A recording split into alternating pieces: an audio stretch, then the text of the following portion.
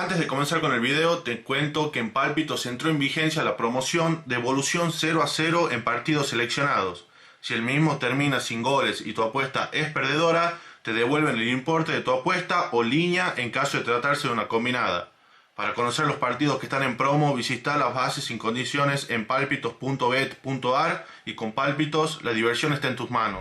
Hola a todos, ¿cómo están? Bienvenidos nuevamente a mi canal, a esto que denominamos charlas futboleras. Hoy nos damos otro lujo en el canal a hablar con un emblema de Independiente, del fútbol argentino, jugó en la selección también, el señor Enzo Trocero. ¿Cómo estás, Enzo? Un gusto grande de tenerte acá en el canal. ¿Cómo te va?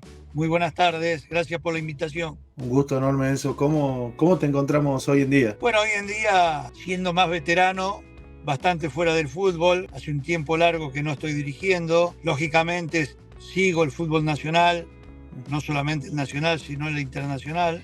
Me junto con amigos, con exfutbolistas, pero bueno, lamentablemente no hay alguna situación de trabajo. Sí, hace un tiempo me quisieron llevar como director deportivo de Independiente, pero lo que me ofertaban, la parte futbolística, no estamos hablando en lo económico, realmente no me interesó demasiado, por lo tanto quedé fuera de esa situación. Es difícil, Enzo, ingresar al sistema hoy en día, al sistema de los técnicos, se habla mucho de los representantes. Bueno, bastante complicado, ¿no? O sea que es mucho más difícil, viste, que antes. Y aparte, yo puedo hablar mucho más de Independiente que de otras instituciones, porque estoy mucho más cerca y tengo muchísimos amigos. Independiente es un caso bastante raro porque prácticamente ningún exjugador está trabajando en Independiente.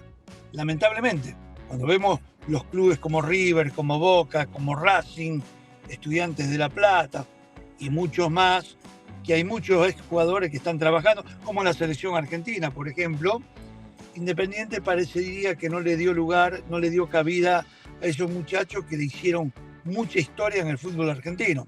Así que realmente es una situación rara lo que está ocurriendo, ¿no? Lo que yo veo. Quizás Enzo Independiente en este momento le faltaría un poco de eso, un poco de la historia. Siempre se habla de que perdió un poco la identidad, del estilo, que no encuentra rumbo. Quizás le faltaría un histórico que pueda transferir esa identidad. No solamente un histórico, ¿viste? Sino podrían ser varios. Y no sería por lo económico, ¿viste? Si vamos a la realidad, porque muchos jugadores de Independiente tienen un buen pasar y realmente no es por la necesidad económica, sino por ir a trabajar Independiente. Por ejemplo, ayer, por los 40 años de la última Copa Intercontinental que ganó Independiente, me hicieron un homenaje, había más de 180 personas y realmente fue espectacular. Realmente me sentí muy bien por el recibimiento, por las palabras, por el acontecimiento.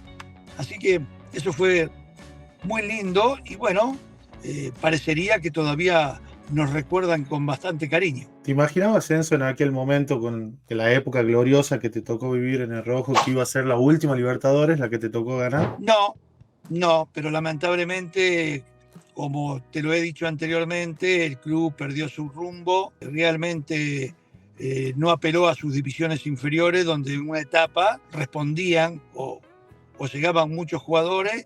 En la actualidad, o mejor dicho, no en la actualidad, sino desde hace 15, 20 años esta parte, no dejan de comprar no menos de 8, 10, 15 jugadores por año y realmente no tiene una estructura Independiente buena, primero para seguir bancando esa situación, porque tiene una deuda pavorosa y una deuda impresionante, donde fíjate vos que trajeron otra vez 4 jugadores y no lo pueden inscribir.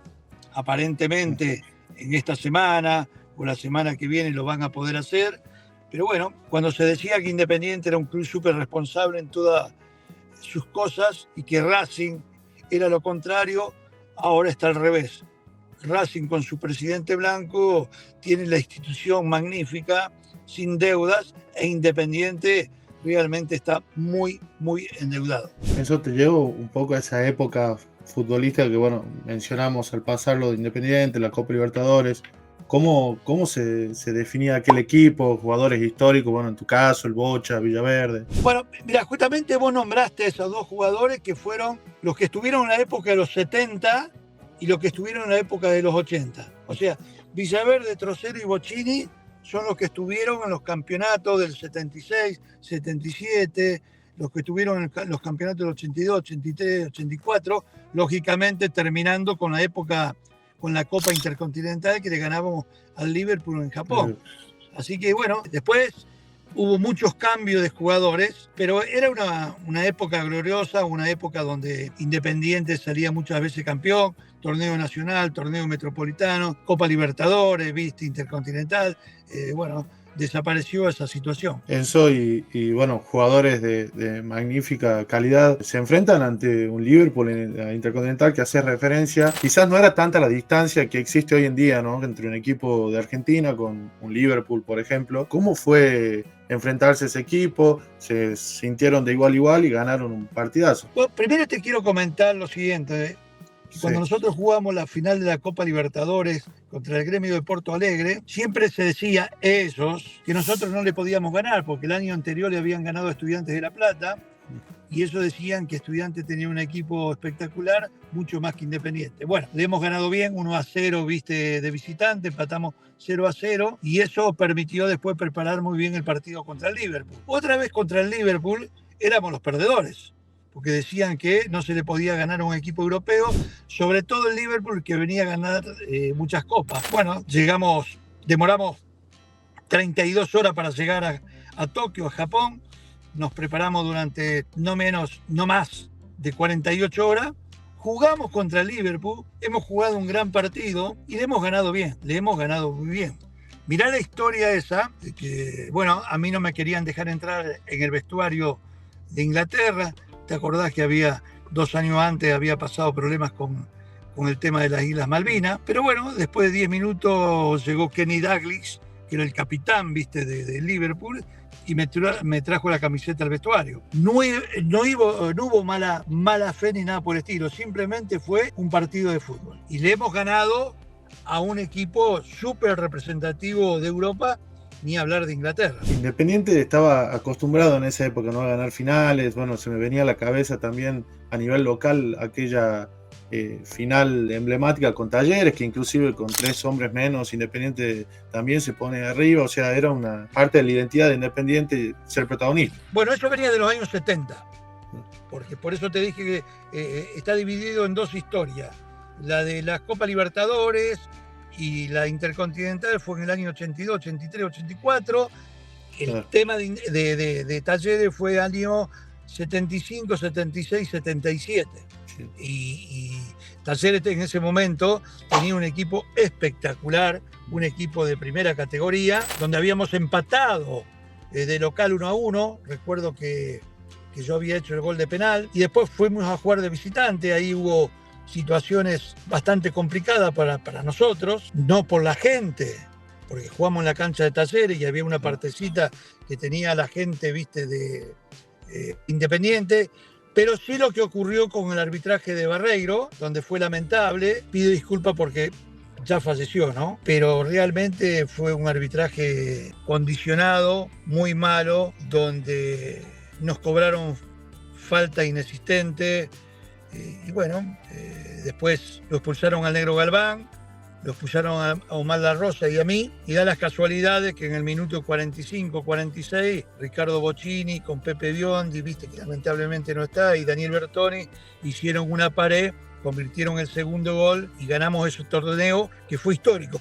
Independiente tiene dos torneos que son, según algunos periodistas, los mejores de la historia del fútbol argentino. El partido contra Talleres, al haber ganado con 8 jugadores, haber salido campeón en el torneo nacional, y en el año 83, cuando le ganamos a Gremio de Porto Alegre, donde aparte de ganar 1-0, pegamos 3 tiros en el palo, y realmente, según Víctor Hugo Morales, fue el mejor equipo de la Argentina en toda la historia. Hablando del partido con Talleres, el contexto histórico que había en ese momento a nivel país, incluso, ¿sentían ustedes que podían ser perjudicados o se dieron cuenta en el transcurso del partido? No, en ningún momento pensábamos que iba, sino que en el transcurso del partido. El transcurso del partido, porque realmente, el arbitraje fue lamentable. La verdad que siempre tuve mucho respeto de los árbitros, pero ese día fue muy malo, muy malo.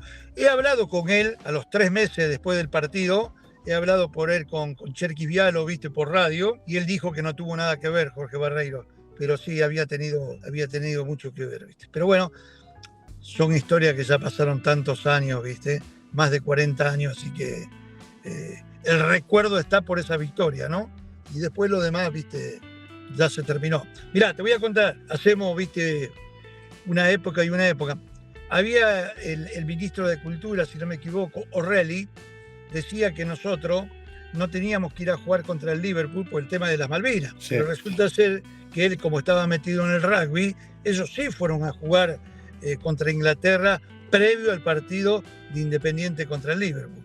Así que son contradicciones de nuestros dirigentes o de nuestros políticos en la historia de la Argentina. Ahí mencionabas, bueno, cómo se resaltaba a esa época de Independiente a nivel histórico.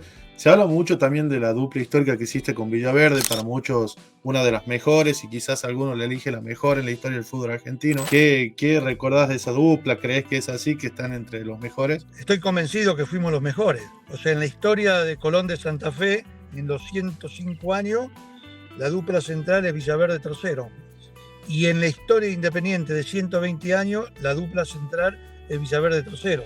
Nosotros hemos jugado más de 300 partidos juntos y aparte hemos logrado una amistad extraordinaria porque empezamos a jugar en Colón de Santa Fe, donde jugamos prácticamente 3 años y después terminamos jugando 11 años Independiente. No solamente eso, en esos 14 años, sino que aparte después fui durante 8 años, 10 años, ayudante mío de campo. Por lo tanto, imagínate que estar 25 años, 28 años conversando todos los días, comiendo juntos, durmiendo juntos, hemos creado una gran amistad, no solamente él conmigo, sino en el tema de la familia. Enzo, y en esa época, bueno, en el 70, sobre la década del 70 sobre todo que hablábamos, ¿sentías o sentiste que podías haber ido al Mundial del 78, donde finalmente Argentina fue campeón? Pensé que podía ir en el Mundial del 78 porque yo estaba entre los 40 seleccionados. Pensé que en el Mundial de 82 podía haber jugado algún partido porque estaba pasando un momento excepcional. Pensé que podría haber sido campeón del mundo del año 86 porque jugué toda la eliminatoria y faltando un mes para viajar a México quedé afuera.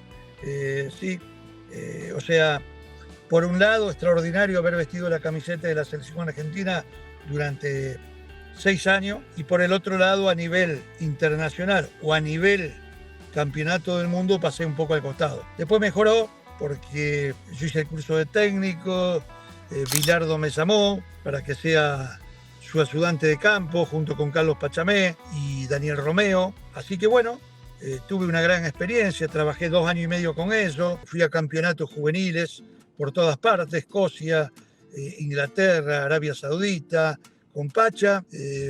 Fui a Europa durante 2 meses y medio a ver a jugadores para el Mundial. La verdad que he aprendido muchísimo con esa gente, fui a la Copa de América de Brasil también, fui al Campeonato Mundial de España, y he aprendido muchísimo. Realmente eran tipos muy sabiondos, perdón la expresión, eran tipos que tenían mucha experiencia, eran unos adelantados en el fútbol, así que eso me permitió a mí después seguir como mi carrera como entrenador, ¿no? Enzo, en lo personal soy admirador del fútbol histórico, me gusta ver partidos y todo, y bueno, cuando hacías referencia a las eliminatorias Mundial 86 pude ver partidos, hacías una dupla con Pasarela, nada más y nada menos. ¿Cómo te explicó Bilardo el hecho de decir que te dejaba fuera después de todo ese proceso que fuiste partícipe?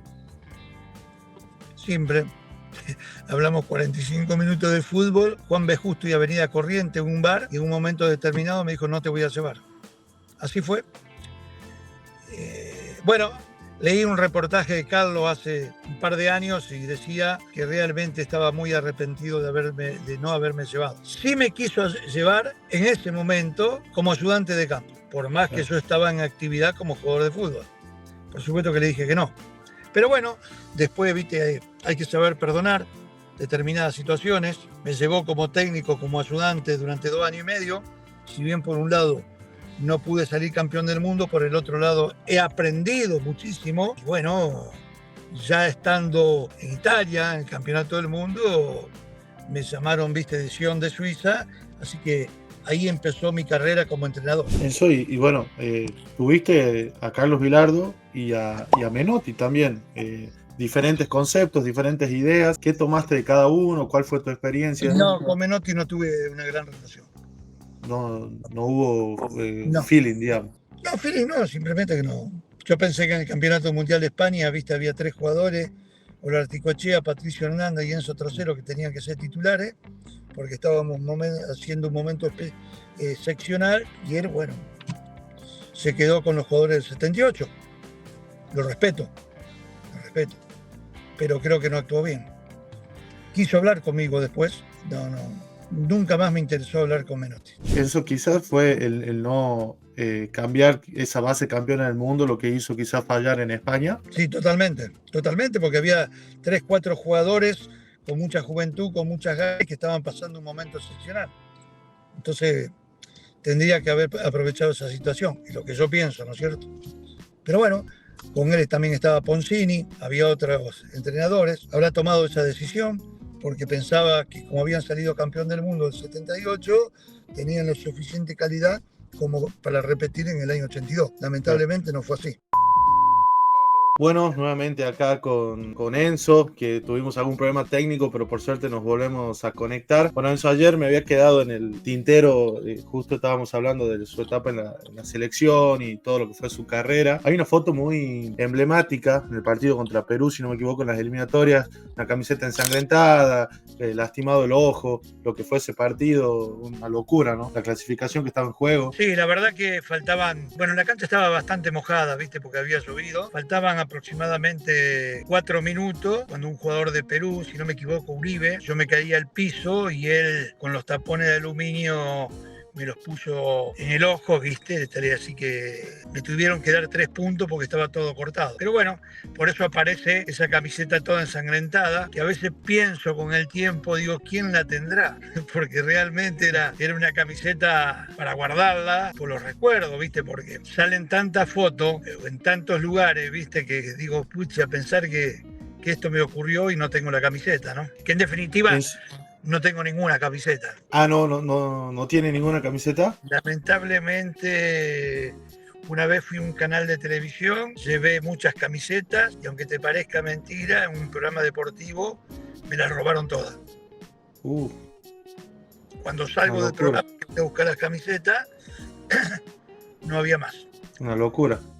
Una locura total. Tendría que haber actuado de otra manera, pero bueno, ya pasó mucho tiempo, ¿no es cierto? Bueno, esa imagen la verdad que es recordada mucho, creo que también por lo que significaba ese partido, ¿no? Era un partido donde Argentina se jugaba mucho. Sí, lógicamente, viste, estábamos perdiendo 2-1, eso, bueno, con el empate clasificábamos, por suerte llegó ahí una arremetida de Pasarela con el gol de Gareca, y ahí pudimos clasificar, donde después...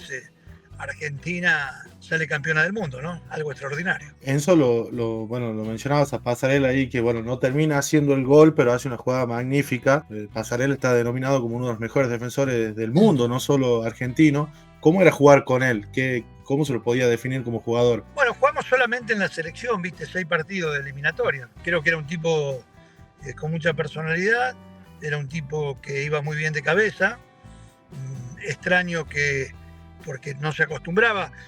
O sea, uno ve mucho más 2 derechos que jueguen de 2 y de 6 que a 2 zurdos, porque parecería que 2 zurdos no podrían jugar. Sin embargo, bueno, en ese periodo, que no solamente fue en las eliminatorias, sino en otros partidos amistosos que hemos jugado, nos llevamos bastante bien, ¿viste? No tuvimos grandes problemas. Y lo del juego aéreo también, sin ser tan alto, ¿no? Porque no era un futbolista tan alto, pero cabeceaba muy bien.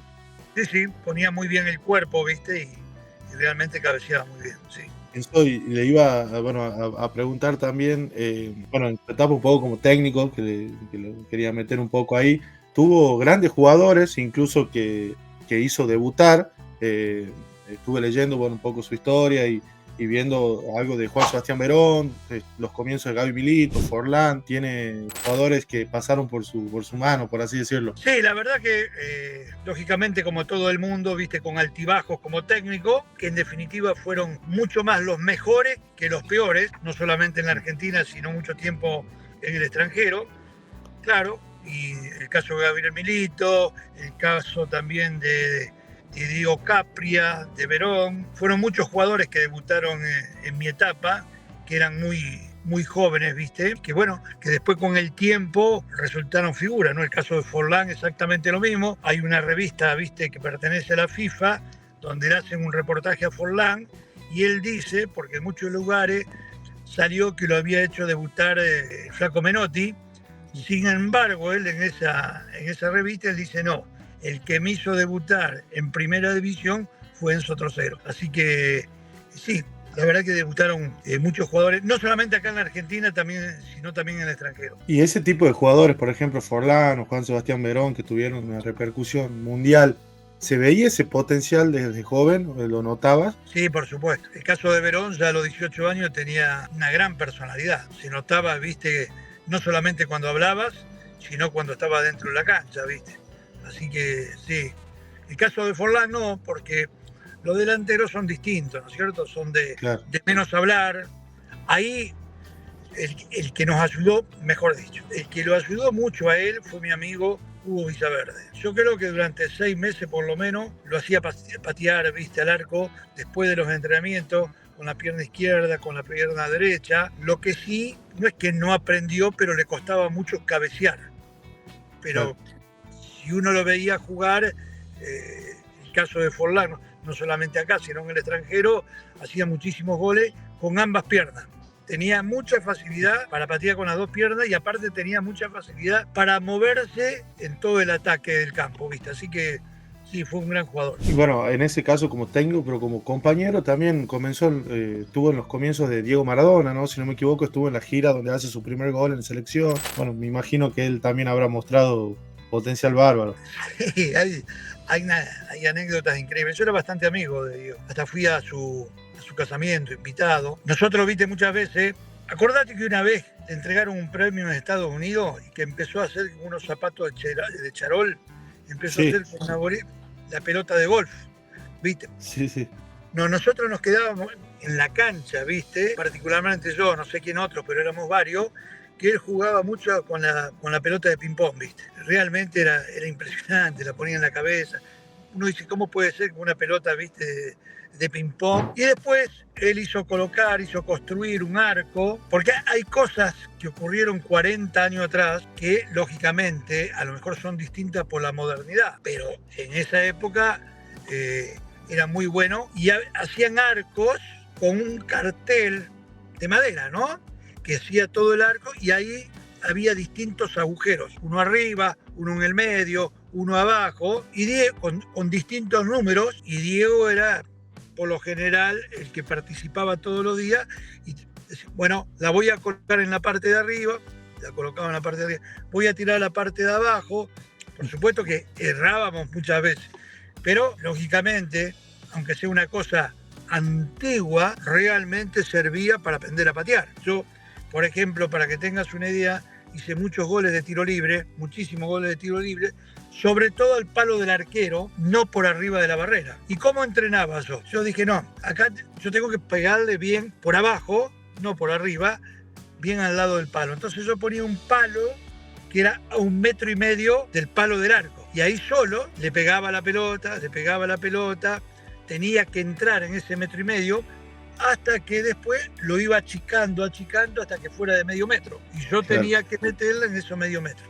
Bueno, de repente uno dice, che, pero ahora hay cosas mucho más modernas. No creo que haya muchas cosas más modernas para mejorar. Después teníamos el tema de la horca, por ejemplo, que era un palo, viste, arriba con una pelota, aunque te parezca mentira, donde había una persona, viste, que con una soga que te la levantaba y uno saltaba a cabecear, aprendía a cabecear. Después hubo Espadaro, por ejemplo, como era defensor, ¿viste? Fue un defensor de Estudiantes de La Plata y después vino a Colón de Santa Fe. Yo tenía 18 años cuando pasé de Sportivo Belgrano de San Francisco a Colón. Me decía, Enzo, vení, vamos a saltar. Y él me enseñaba cómo tenía que poner los brazos, cómo tenía que poner los codos para bajar al rival. No sé si me explico. Para no dejarlo saltar en el momento exacto. Y claro, después de tantos entrenamientos, uno aprende esas cosas y realmente vienen muy bien, ¿no? De repente uno puede decir, sí, bueno, pero son cosas antiguas. No, para nada.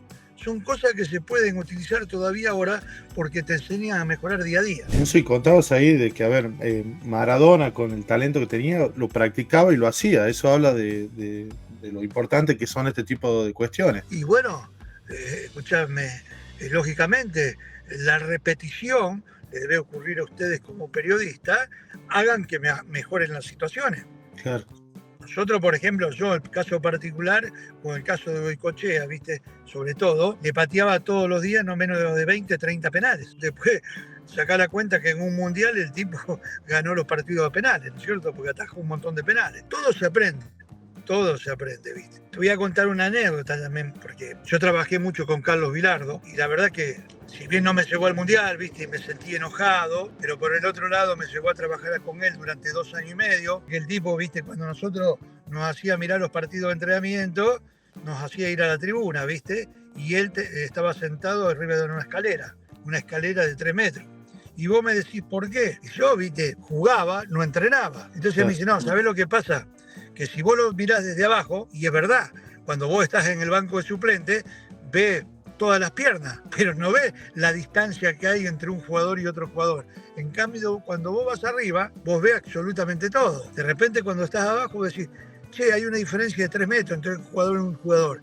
Y de repente, de arriba decís, no son 3 metros, son 20 metros. Entonces el tipo firmaba absolutamente todo. Son cosas que yo no lo había visto nunca, pero son aprendizajes que después, cuando empecé a trabajar, porque cuando yo terminé en la selección argentina, fui contratado por Sion de Suiza y realmente ahí me fui muy bien, ¿viste? Porque salí campeón de la Copa de Suiza y la primera vez en la historia campeón en un campeonato. O sea que la experiencia de la selección, que fue extraordinaria, me sirvió, ¿viste? Para después comenzar a dirigir a los 35 años de edad. Y esto de la visión aérea es lo que hoy se conoce como los drones que vuelan, un adelantado. No es lo mismo. Vos fíjate que los drones, hubo una etapa de meses que apareció y ahora los drones se ve que se fueron a otro mundo, ¿viste? No hay más gente que entrena con drones, ¿viste? Yo veía entrenamiento de Europa, ¿viste? Nunca vi un dron. Se chocan. Solamente vi un técnico acá en Argentina, Independiente, que tenía 4 drones, ¿viste? Bueno, dejémoslo ahí. Eso, y bueno, hablamos de Maradona, otro emblema en el fútbol argentino que tocó jugar y compartir con él fue el Bocha, Bocchini, que sí. Bueno, también fue un crack y un fuera de serie total, ¿no? Bueno, sí, claro. Fíjate vos que en los años, yo jugué con... Somos solamente 3 jugadores que jugamos en la época de los 70 y la época de los 80. Hugo Villaverde, Enzo Trocero y Ricardo Bocchini. O sea, nosotros fuimos los que ganaron los campeonatos del 76, 77, 81, 82, 83.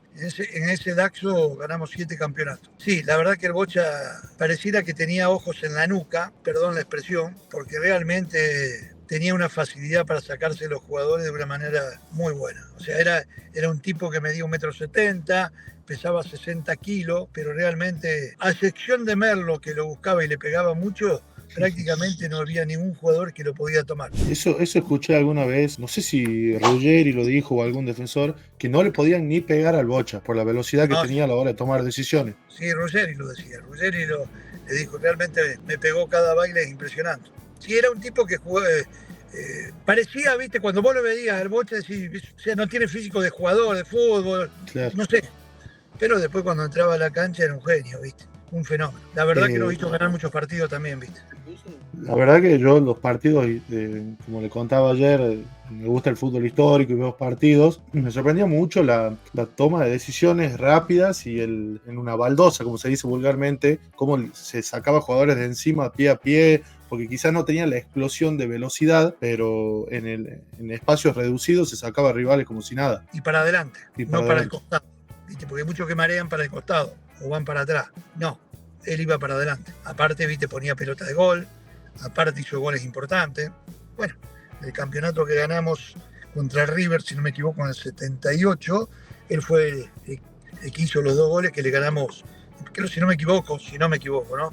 Porque pasaron muchos años, empatamos 0-0 en cancha de River y le ganamos 2-0 en cancha de Independiente y creo que los 2 goles fueron del Boche. Enzo, y personalmente te identificás con algún jugador un defensor actual, no sé, a nivel selección o a nivel mundial que te guste, que lo veas con características parecidas? Y bueno, los 2 centrales de la selección, ¿viste? Coti Romero, y son de una calidad extraordinaria en la actualidad, ¿no es cierto? Sí. Claro. Y lo que pasa que hay una diferencia, porque anteriormente, cuando vos hablas de Pasarela, puedo hablar de Roquia, que jugaba en Racing, viste, en Ferro, puedo hablar del Patón Bausa, o puedo hablar de mí. Éramos goleadores, éramos defensores, goleadores. Ahora no, ahora son defensores con muy buenas características, pero no hacen goles. Entonces ya el defensor que hace goles, porque si bien, bueno, en el caso mío en particular tengo más de casi 80 y pico goles, viste, no solamente acá en Argentina, sino en Nantes de Francia tengo 14 goles, viste, bueno, el caso particular mío no eran de penales, sino que eran de tiro libre o de cabeza. Sí, tiro libre. A diferencia de Roche, el Patón Bausa y Daniel Pasarela, ellos hicieron muchos goles de penales, porque ellos eran pateadores de penales en sus respectivos equipos. El caso particular mío, creo que habré pateado 5 o 6 penales, nada más. Enzo, y ahí, bueno, lo que fue un poco las eliminatorias del 86, por lo que vi, por lo que analizaba desde mi lugar, Bilardo jugaba mucho con línea de 4, incluso en el comienzo del Mundial, juega con línea de 4 y después cambia a la línea de 3. ¿Esto era algo trabajado? ¿Lo trabajaron durante tu proceso? No, sí. Yo fui un gran defensor de Bilardo porque siempre se habló, viste, que era un entrenador defensivo. Y yo recuerdo que cuando él dirigía a Estudiantes de La Plata, por ejemplo, el mediocampo era Russo, Ponce, Troviani, Isabela. Entonces imagínate que tenía, claro, a excepción de Russo, tenía un mediocampo más 2 adelante, Trama y Gotardi. Y bueno, y cuando estaba en la selección, muchas veces él jugaba, viste, con línea de 5, pero muchas veces, si vos te fijás, él ponía como laterales a volante y muchas veces ponía, viste, volantes como laterales. O sea, a veces armaba con una línea de 3, a veces decía no, pero es defensivo porque juega con una línea de 5, pero hay jugadas, viste, que un par de veces, si mal no recuerdo, una de los Articoechea, que llega al penal, viste, porque era el Articoechea podía jugar de volante, de lateral, de cualquier posición. O sea, no era un equipo defensivo. Aparte, muchas veces no podés superpoblar con demasiados delanteros, porque vos también tenés volantes que te hacen goles. Claro. Entonces, viste, o sea, hay volantes. Yo jugué con volantes argentinos en Independiente, como el caso de, ¿cómo se llama? Bueno, disculpame ahora, viste, pero ya me voy a acordar, viste, que eran volantes goleadores. Tenían todos los campeonatos 6-7 goles. Si vos tenés un par de volantes que te hagan 6-7 goles por campeonato y 2 delanteros que te hagan 10-12 goles, terminás en los primeros lugares. Enzo, acá en el canal pude hablar con Pedro Troglio, que jugó el Mundial de Italia 90, y él comentaba que Bilardo le hacía mucho énfasis con que él llegue al área, llegue. Bueno, él en el gol que le hace a Unión Soviética en el Mundial, sí, es un pedido expreso de Bilardo, que él termina cabeceando como un centro delantero prácticamente. Quiere decir que yo no me equivoqué en decirte que no era verdad que era defensivo, ¿viste? Porque había, claro, revistas especializadas en la Argentina que lo criticaban de una manera. Había un diario muy popular, con algunos periodistas que todavía están trabajando hasta ahora, que lo mataban a Bilardo porque decía que era súper defensivo. Y la realidad que era lo contrario, era un equipo muy ofensivo. Aparte tenía volantes que llegaban, ¿viste? Fíjate vos que llegaba Burruchaga, llegaba el Negro Enrique, bueno, lógicamente estaba Maradona, estaba Valdano, eran tipos que, a excepción de Ricardo Justi, de repente, o de Batista, no tanto, pero después tenía laterales también, porque hasta Ricardo Justi en un partido terminó jugando el lateral derecho, ¿viste? O sea que realmente era un equipo, ¿viste?, no descompensado, pero que atacaba muchísimo y atacaba con muchos jugadores. A excepción del último gol, de repente, de Burruchaga contra Alemania, que termina ganando 3-2, en el resto de partidos llegaba con 3 o 4 jugadores. Enzo, bueno, para no robarle más tiempo, acá, bueno, en Tucumán lo tuvimos cerca, estuvo dirigiendo a San Martín en la década del 90, sí, que incluso ganó un clásico acá. Bueno, en lo personal soy hincha de San Martín, entonces conozco poco la historia. Ganamos un clásico 1-0. Exactamente, con un gol de Siacua. ¿Cómo? ¿De Siacua, puede ser? Decía, exactamente, jugaba de número 6, ¿viste? Sí hizo el gol y lo ganamos, el estadio estaba lleno. Aparte en Tucumán me trataron muy bien, la pasé muy bien. Había un gran problema que en determinado momento los jugadores no cobraban, entonces se hacía difícil, pero tuvimos un equipo muy competitivo, muy competitivo. El estadio estaba siempre lleno, así que de Tucumán tengo un recuerdo, viste, encantador, porque aparte de ser una provincia extraordinaria, la ciudad también era muy linda, ¿no? Y bueno, se habla mucho de volver a ver el clásico tucumano en primera. ¿Qué te dio el clásico? ¿Cómo lo viviste? ¿Qué viste del clásico tucumano? Extraordinario. Justamente hoy estaba hablando con un periodista, viste, de acá de Independiente, y con mi cuñado, y justamente salió distintos temas, ¿no es cierto?, de los equipos del interior, y bueno, hablábamos lo sorprendidos que estábamos por el tema de Tucumán, porque tanto en las canchas, lo mismo que ahora, en el Nacional B, está siempre llena, de San Martín, y hablar de Atlético, que andaba bastante mal, pero bueno, se llenaba el estadio, la verdad que bueno, un estadio impresionante, aparte el de San Martín estaba un poco más alejado, el de Atlético estaba prácticamente en el centro de la ciudad, o sea que realmente... muy lindo. Bueno, lo podemos esperar por Tucumán, Enzo, para comer unas empanadas, un asado cuando pueda. Lo estamos esperando por acá. ¿Sabe de qué recuerdo mucho? Nosotros íbamos a entrenar a un lugar y había una planta de palta. Eran así, inmensas. Y había una mujer, porque yo iba, la miraba, y la mujer me dice, ¿quiere palta? Sí, le digo, la verdad que son muy ricas. Así que venía la mujer, me traía 3 o 4 paltas, y después cuando estábamos en el restaurante la comíamos. Una cosa increíble. En ese momento estaban los patacones, ¿viste? Así que... Era otra época. Era otra época, exactamente. Bueno, Enzo, la verdad que le agradezco el tiempo, el espacio que me diste para poder charlar, recorrer la trayectoria, mucha historia del fútbol.